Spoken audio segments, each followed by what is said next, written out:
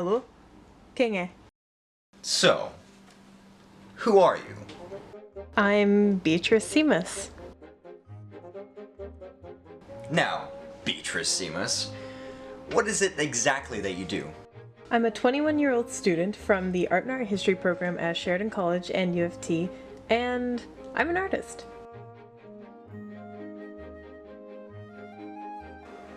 Throughout my own practice, I use myself as a canvas to really investigate aspects of identity, belonging, cultural heritage, and feminism.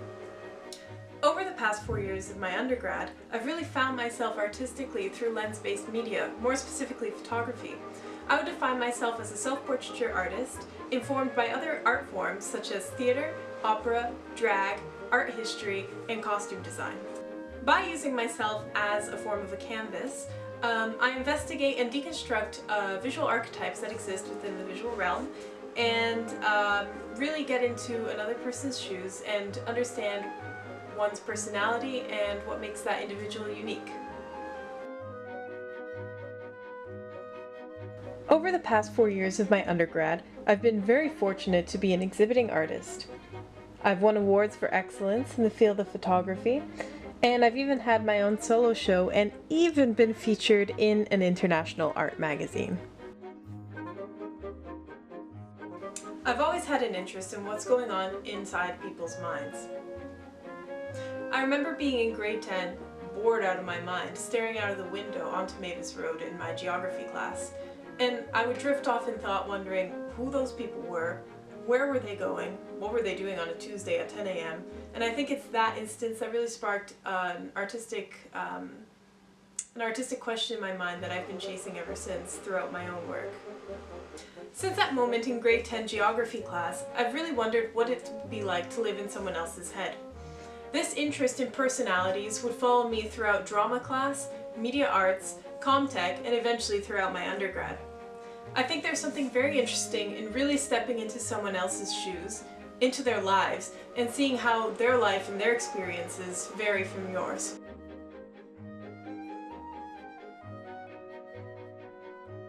I think throughout my body of work, there are three main through lines throughout.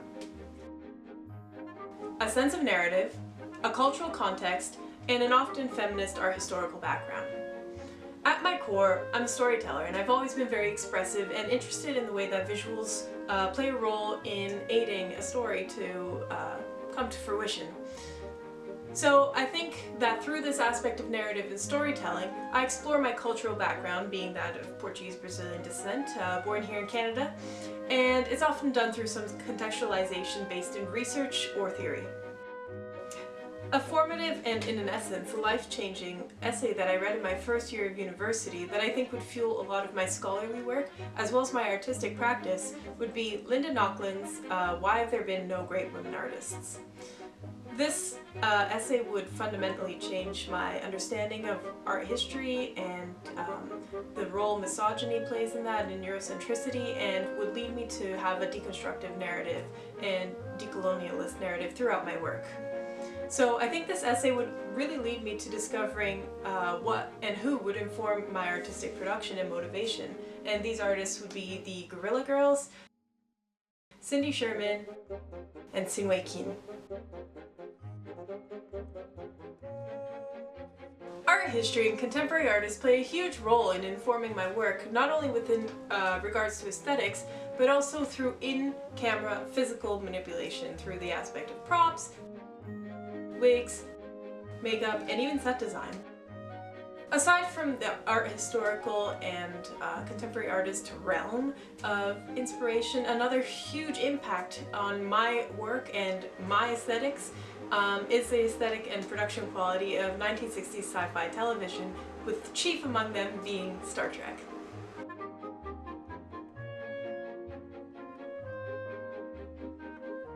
To me, there's something so enticing about the simplicity and effectiveness of prop use in Star Trek and 1960s television, specifically in sci-fi as a whole. I think it's the idea of focusing on narrative as opposed to a reliance on extravagant props or CGI effects to really convey something to a viewer. I think this production quality and maybe its inherent silliness is something that's really key to the success of the work, and it's something that sticks with me within my own body of work. So outside of my art historical background and pop culture reference points, another key driving force within my work is my cultural background and upbringing. So I was born here in Mississauga, and I was raised in a Portuguese Brazilian household with my parents being immigrants, making me a first-generation Canadian. I think it's this cultural dichotomy, as well as experiences that I've had growing up, such as being put in ESL class despite being born here in Canada, that really informs my work and my understanding of my cultural background and belonging. One of my most culturally informed pieces has to be my 2024 diptych, The First Supper. This piece focuses on the story of immigration and the way that culture dilutes throughout generations, and it more specifically tells my family's immigration story. One day while I was sorting through my family's archives and loose photos we had around, I found this image. While there are many images with similar subject matter, birthday parties, family gatherings, there was something about this image in particular. The composition, the religiosity, the fact that my dad, being the only Brazilian in the room with everyone else being Portuguese, is the only person looking at the photographer, who was my mom. So there was just something very enticing about this composition in particular.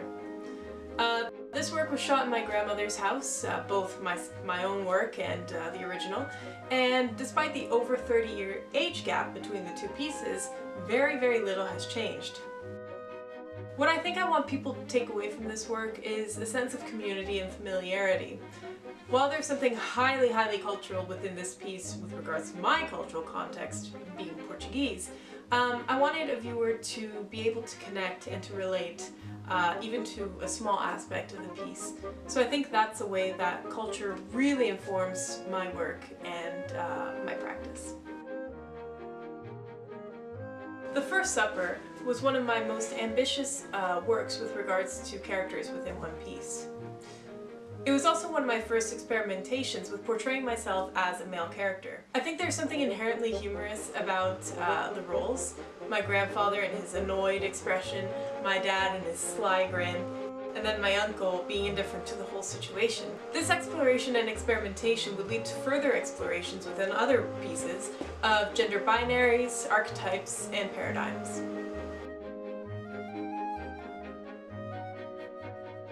Another one of my works that focuses on gender binaries and interpersonal relations is my latest video work, A Família Estranha.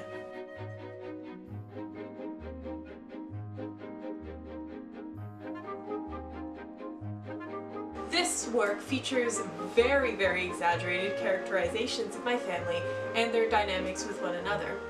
Through this work, I investigate each member of my family as an individual and then compare it to the embodiment of myself and how I see myself in comparison to them and how all of our personalities mix in our strange world as a strange family. So with this work, again, like my other works, I wanted it to be relatable. I wanted it to be fueled by 1960s reference points and aesthetics, and there's a little bit of a subverted, eerie aspect to it, which is something I found rather amusing. With regards to my artistic process, my work will almost always start off with pen on paper. I'll come up with a concept or a set of characters or a script, and then I'll create a storyboard or an understanding as to who these characters are and how they interact with one another. Then, after I have the character in mind and their personalities fleshed out, begins the most exciting and sometimes the most frustrating part, which is prop sourcing.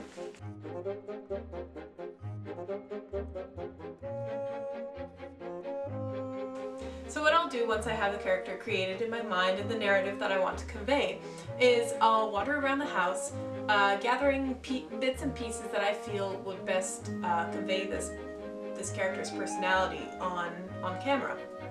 This collection process can be seen in my series, What We Carry With Us. So this series sees an analysis of these 4 grander archetypes of women that we see throughout society, being the mean teacher, the old lady, the young giddy schoolgirl, and the exotic dancer. So what I did with this series is I really investigated each character, and I questioned what would these women need to survive in the societal world that surrounds them, what makes them different, what makes them the same, and how are they connected to one another. So when it comes to my work and the creation and the process, I am a one-man band. I'm my own makeup artist, my own wig artist, a set designer, actor, and director, and this is a very enjoyable part of my process. But while it's very enjoyable, it can also be very difficult and rather frustrating.